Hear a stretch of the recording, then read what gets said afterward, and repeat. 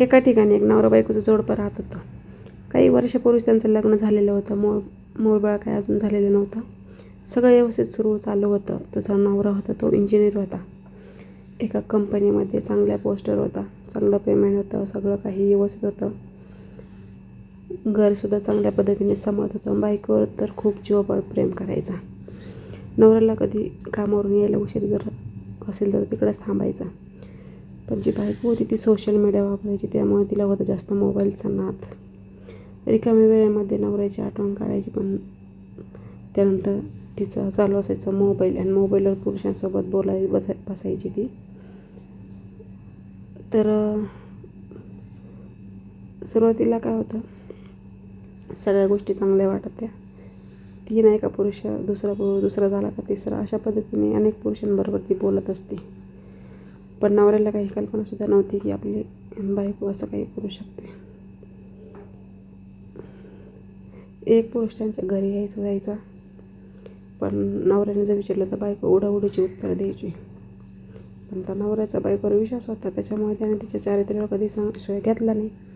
पण बघता बघता ते महिलेची एवढी हिंमत वाढली की 1 नाही 2 नाही 3 अशा पद्धतीने अशा पुरुषांबरोबर ती बोलायला लागली आणि नाही ते कृत्य करायला लागली. नवऱ्याने ते बघितलं.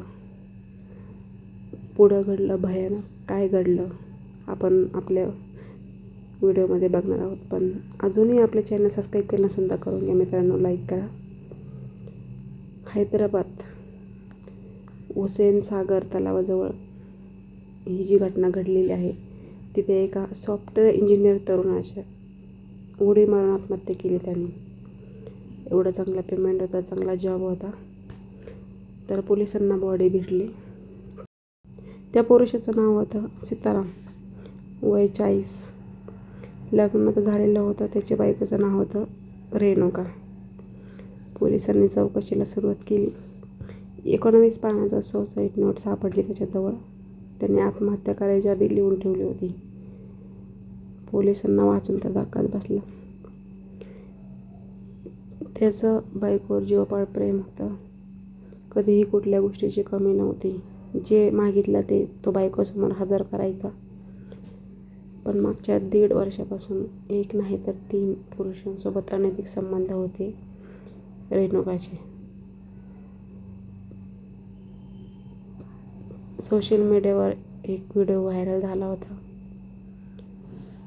त्यानंतर नवऱ्याला याच्याविषयी समजलं, पण त्याने जेव्हा विचारलं तेव्हा ती उडाउडीची उत्तरं द्यायची आणि वेगवेगळ्या लोकांच्या संपर्कात राहायची आणि त्यांच्या संग नाही ते कृत्य असे करायची ती अनैतिक संबंध.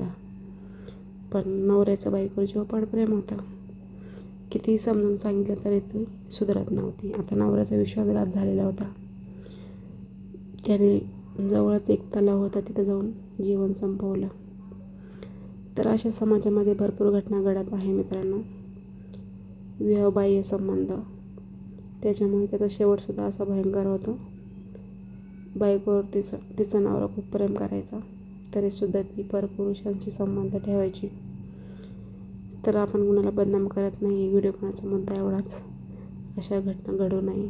अशा घटना समाजात खूप घडत आहे. त्याचा परिणामसुद्धा असा वाईट होतो. तर मित्रांनो, तुम्हाला काय वाटतं या स्टोरीतून कमेंट करून नक्की सांगा. भेटूया नेक्स्ट व्हिडिओमध्ये. Thanks for watching. धन्यवाद. Bye bye.